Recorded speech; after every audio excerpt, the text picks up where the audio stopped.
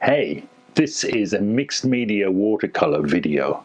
I'm going to use pencil, colored pencil, watercolor wash, ink with a fountain pen and a dip pen, and I'm going to use some fine artist markers.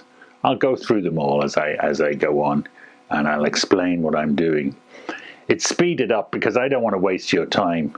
And I'm going to explain that there's lots of times when I just stop and think about what I'm doing and have a look at it. But, we'll just go through it. Okay. Starting off here with a nice blank piece of watercolor paper.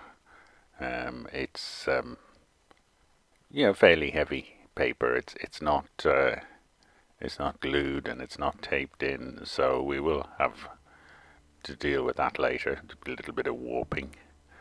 And so I'm drawing there. I'm erasing. I'm using there at that moment, I'm using a graphite stick, which is not exactly the same as a wooden pencil. You can see it there on the left. Here's another one, a longer one. It's kind of all graphite. It's all pencil with just a little kind of plastic coating on the outside, which you can remove. And you can do, really thick, as thick as you like. Do it. What am I doing here? No idea really. I suppose you figure it out later. If it's going to work, it's going to work and you keep it. If it's not, you delete it.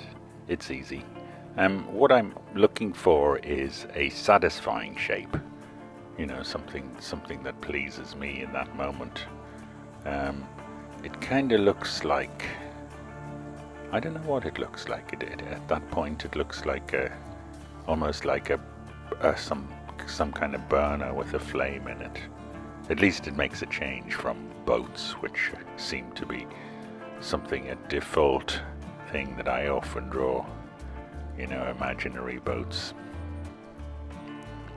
Now I'm using a rubber, an eraser, as you might say it. Just kind of refining my shape.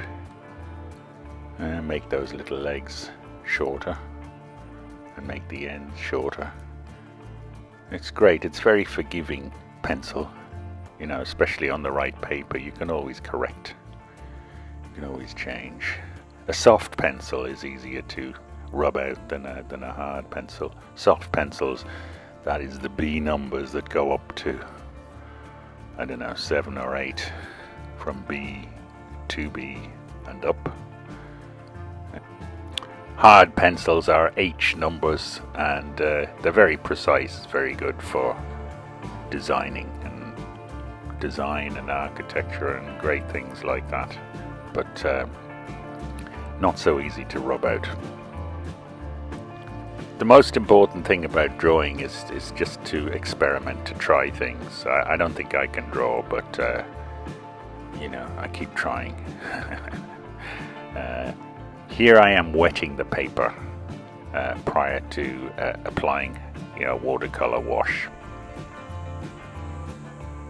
A big brush, plain water, and you're not wetting it too much. Now I'm starting with the watercolor, and that's a wash of a kind. It goes on much better if the paper is wet. The first painting technique I was ever taught by my father down on the living room floor. I think I was 8. I think I was nearly 8 anyway, living in Cyprus in Kyrenia. And it kind of set me on the road, It was not long after that I got my first set of paints. And if you see my website, I'd give you the address later on in this video. I've got quite a good description of it there, and also an image of my first painting.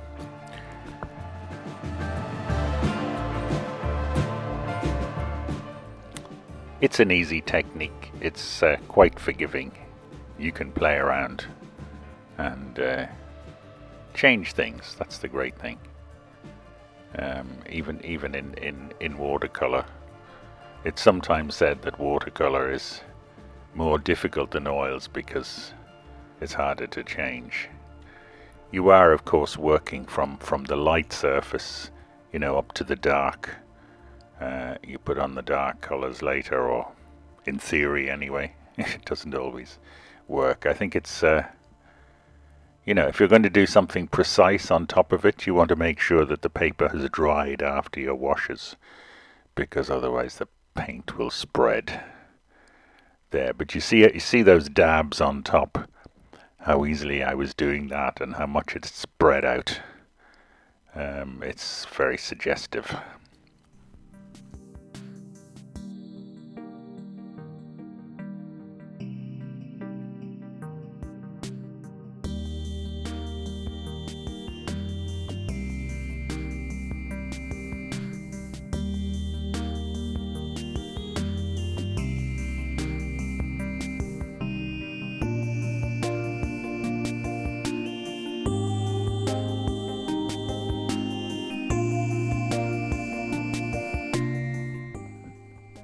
I'm using a variety of brushes here. This brush that I'm using at the moment there is not even a proper watercolor brush at all, more commonly used for oils.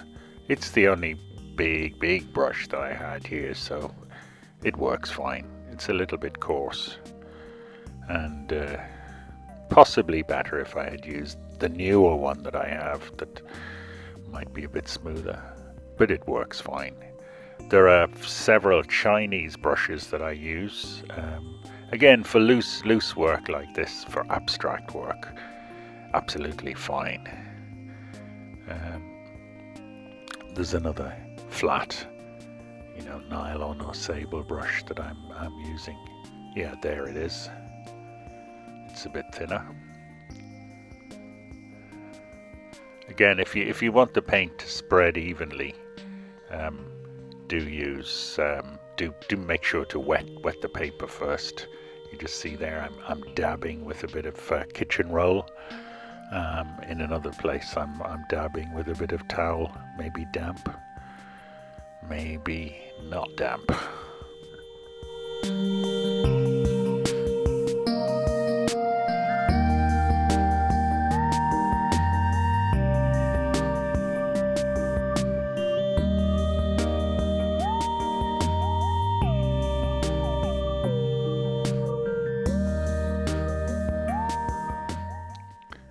Still dabbing away at this. There's something working itself up here, something taking shape. I'm beginning to see a little shape of a fountain or something, which I only saw afterwards. It's interesting because I had been reading Simon Sharma, Landscape and Memory again, and I'd been reading the chapter on fountains and waterworks from classical times to the Renaissance. It's just interesting how things happen. Didn't see it till long afterwards, a few days afterwards anyway. That shape there, which I'm kind of outlining later on, maybe it doesn't end up looking like a fountain, but it's just a part of the transition that's happening.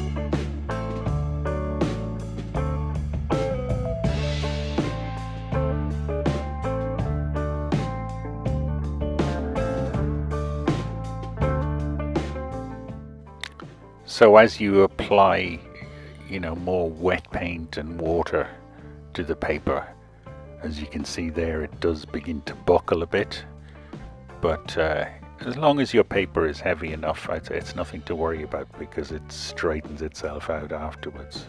When it dries, it kind of flattens.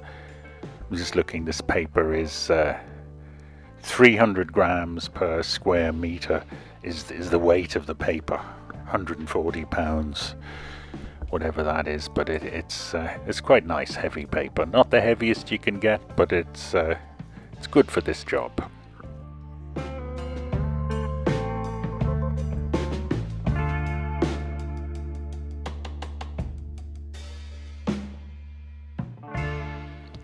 So this is the fine marker that I'm using, 0.2 or something like that, gives a fine line.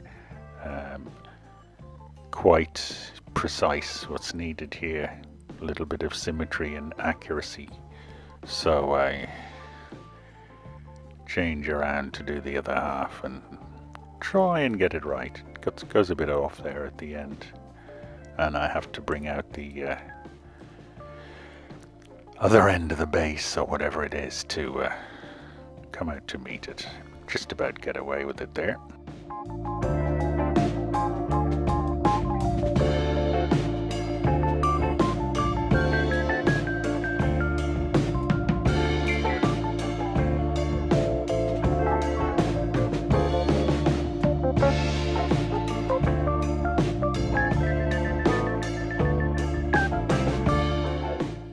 At this stage I'm using a whole lot of different colored pencils and things, just kind of making everything a bit more precise, sharpening and defining.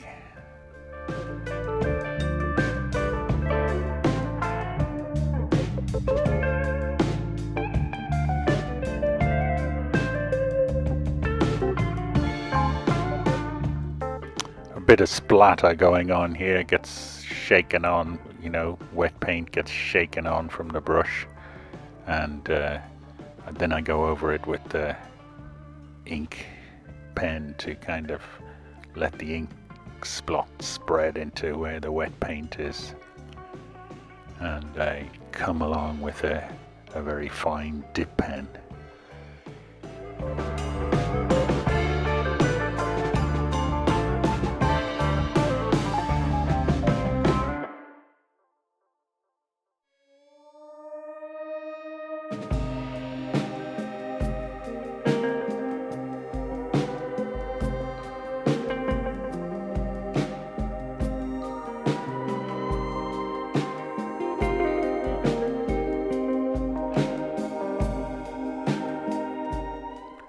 If you're wondering about the elastic band, that's just to keep the paper stretched tight there. That's just showing you the type of watercolor pad book this is done on, this sheet of paper.